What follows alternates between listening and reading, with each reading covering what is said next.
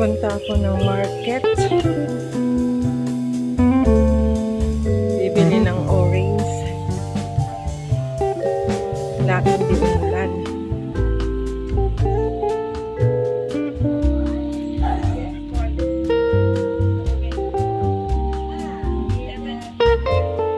See the river. Hindi siya madumi ngayon.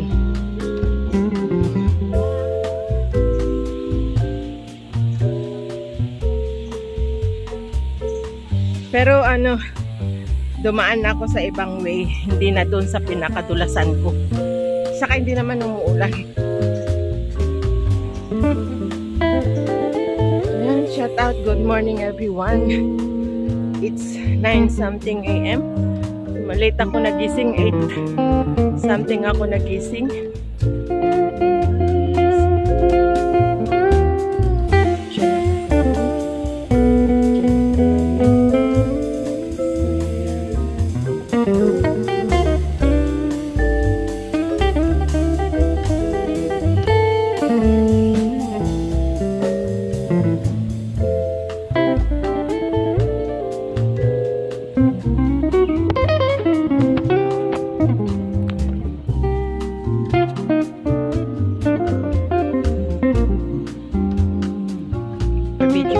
Yun na yung highway. Pero nag-shortcut lang ako. Hindi ako dumaan sa harap kasi may construction.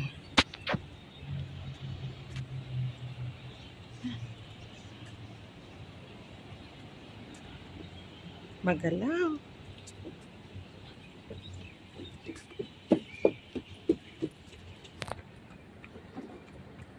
Dito sa may nagja-jogging ako dumaan.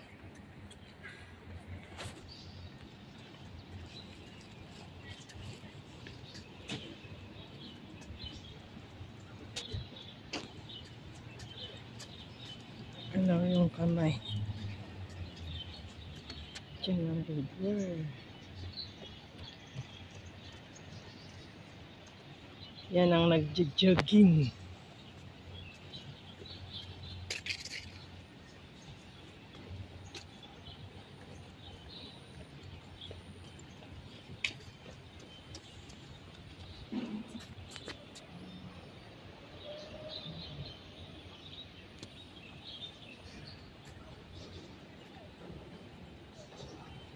Huwag kang magalaw na kamay.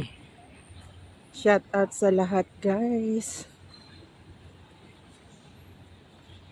So,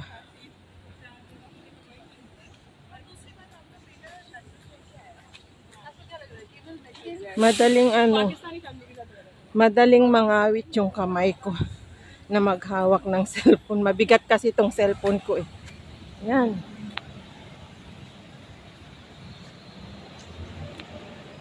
Dito na ako sa highway.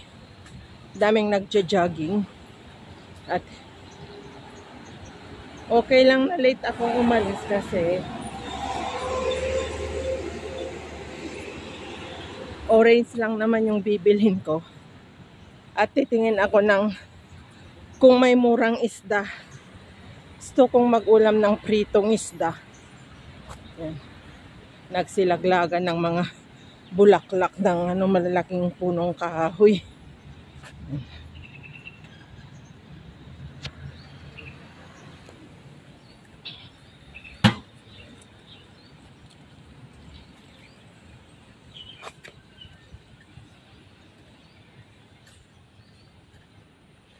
So, ayan. Para lang meron akong clips.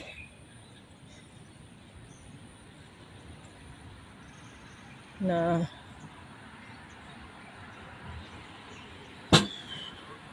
tuloy-tuloy. Yan, guys. Hindi na doon sa pinakadulasan ko. Hindi na ako doon dumaan. So, kung saan-saan ako sumusulpot na. Nasakit na yung kamay ko. Nangawit na yung kamay ko. Pasensya na kung medyo magalaw. Nanginginig na yung kamay ko na naghahawak. So, Yan. Ayaw ko naman magdala ng tripod. Meron pang isang stoplight na tatawid. Ay, dalawang stoplight ang tatawirin ko pa bago ako makatawid buwing market.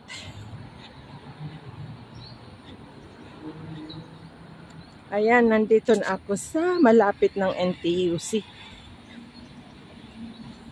Pero need ko pang tawid ng dalawang stoplight. Ayan.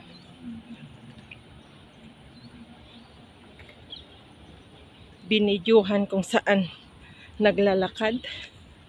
Yan, mag-go na.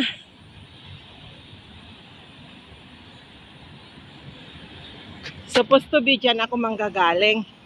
Kung doon sa kung doon sa pinagdulasan ako dumaan. Pero hindi.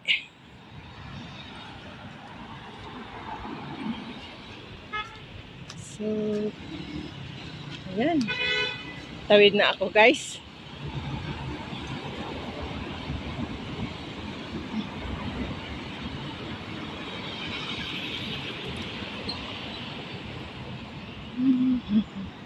Mayroon pang isa.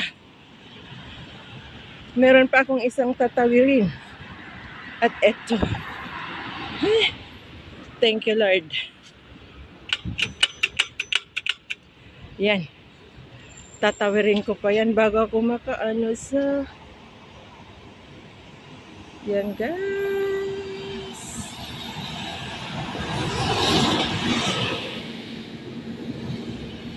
Yan. So, hintayin ko na. Diyan ako galing. Yan, magpiprito po tayo ng isda. At wala na ako natapos. So,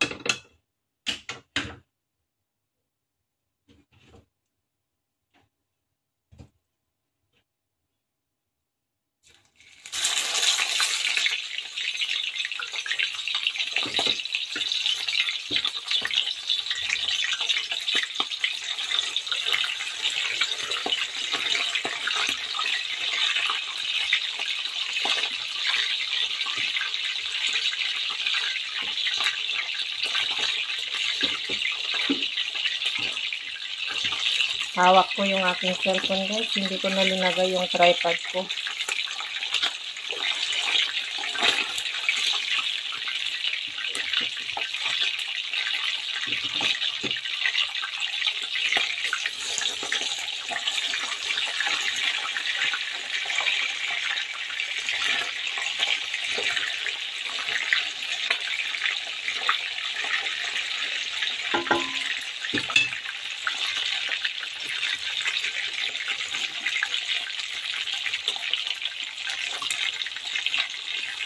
Ayan, nagugutom na rin ako. So, ito ay dalagang bukid. For $6. So, $6 po yan. Apat. Kasi nag-market ako kanina. So, ayan. Namiss ko kasi mag-ulam ng pritong isda. Ang tagal kong hindi nakaulam ng pritong isda. More than 1 month. So,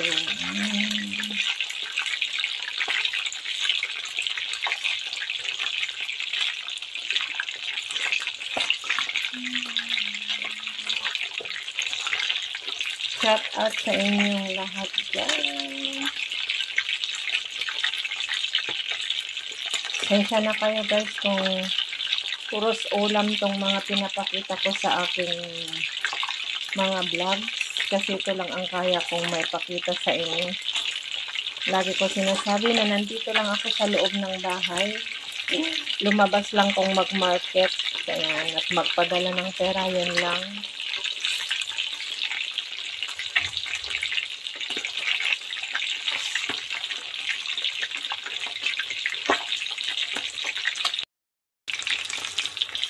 Ayan, ibabaliktad na po natin. Huwag mo akong tarsikan. Medyo malayo po ako, guys, kasi Natakot ako na matalsikan.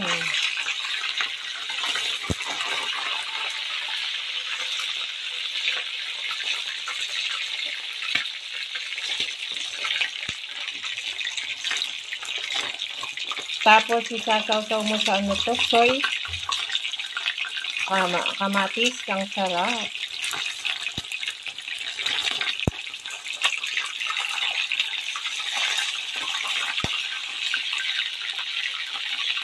Tapos, maglaga ka ng ano, okra. Yan. Parang dumidikit pa.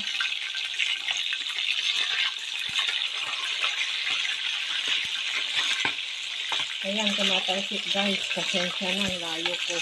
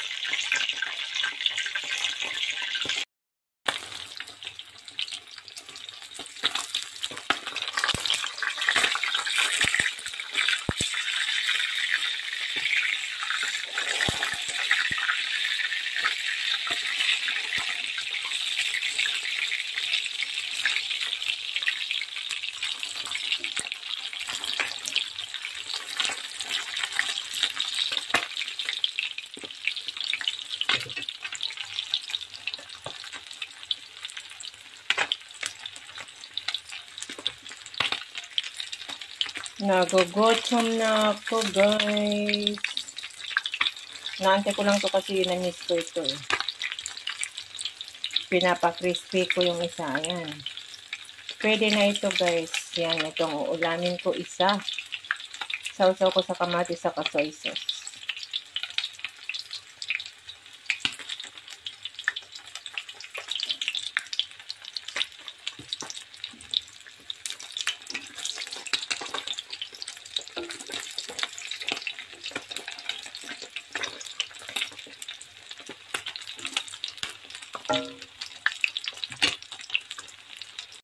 So, ayan guys, naluto na ang aking isdang prito.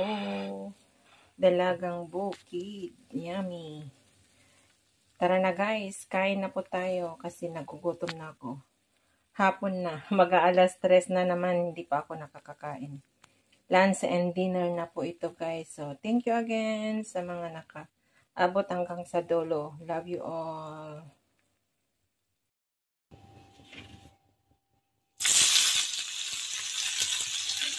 Nagprituhan po natin ng isda yan guys, yung yung mantika, kaya hindi ko na hinugasan kasi kapiprito ko lang po yung isda.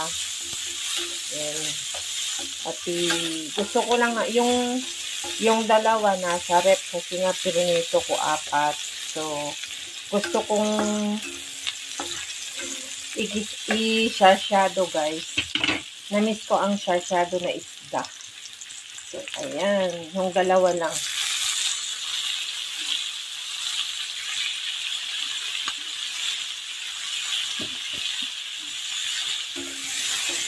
Para maiba naman po yung ating yung ating linuluto na makain. Habang wala pa ang amo, kainin ko na lahat ang gusto kong kainin. And very simple lang naman po to guys sa mga linuluto ko na ulam ko. Pag nandito na yung amo ko, madadayat na naman ng Filipino food ang aking sikmura. Very simple lang guys. Kaya pasensya na kayo kung simple lang tong nakikita nyo sa aking mga uploads, vlog, and kasi ito lang po yung aking makakayanan. Like, lagi kong sinasabi, yung mga linuluto ko na ulam ko na Filipino food guys is sarili kong pera. So, kailangan yung medyo mura-mura lang yung kaya ng bulsa kasi nasa kasalukuyan pa po tayo na gumagastos ng aking anak sa pagre-review niya sa Baguio. Yan, lagyan ko ng black pepper guys para masarap-sarap. Ito na naman po tayo sa black pepper na hilig ko. Paglagyan ko ang aking niluluto. Tapos lagyan ko ng asin.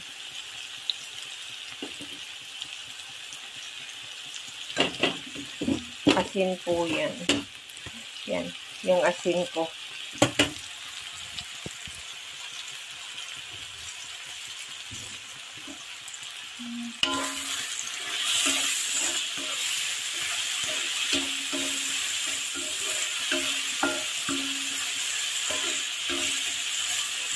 Lagyan ko ng konting guys sabaw para kasi lalagyan ko yan ng itlog para hindi matayo masyado.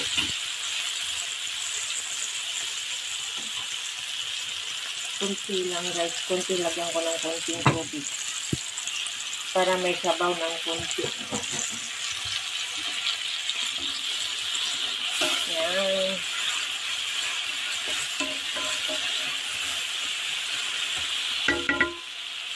Wala. Napabayaan ko na yung tubig ko. Pasensya na guys kasi hawak ko yung cellphone. Di ko na linagay sa tripod. Kasi saglit lang naman ito na lutuin.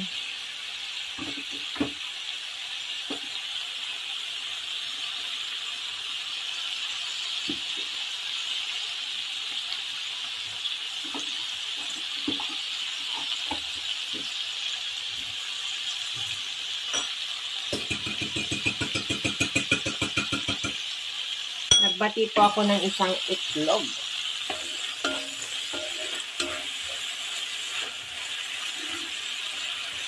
So, ayan guys. Pupunti yung sabaw. Isa lang na malaki na kamatis yung ilinagay ko kasi yung mga kamatis dito guys is maasim. Maasim yung kamatis dito kaya isa lang yung ilinagay. Saka dadalawa lang naman po yung isda ko na isa-sarsyado ko kasi nga. Ayan, dalawa lang yan. Ayan. Yung dalawa ay nasa rep pa kasi, ay ilinagay ko sa rep kasi nga. Ano lang guys. Hindi biglain kasi tinitipid ko ang ulam ko. Kukunti yung kamatis niya. Pero malaki kasi yan. Ayaw ko kasi ng sobrang maasim. Kasi nag-try ako before ng nagsasyada ako ng bangus na dinamihan ko ng guys ng kamatis ang asim. Kaya ilinis ko na lang. So ngayon guys, ilalagay ko yung aking itlog na isa. Ayan. Yan, isa lang yung itlog na linagay ko kasi dalawa lang naman yung sinasyado ko.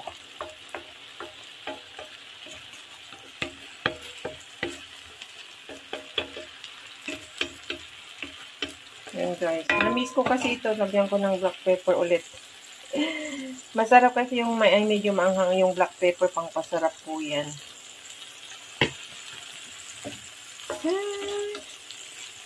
So, ibaliktad natin guys. Ayan.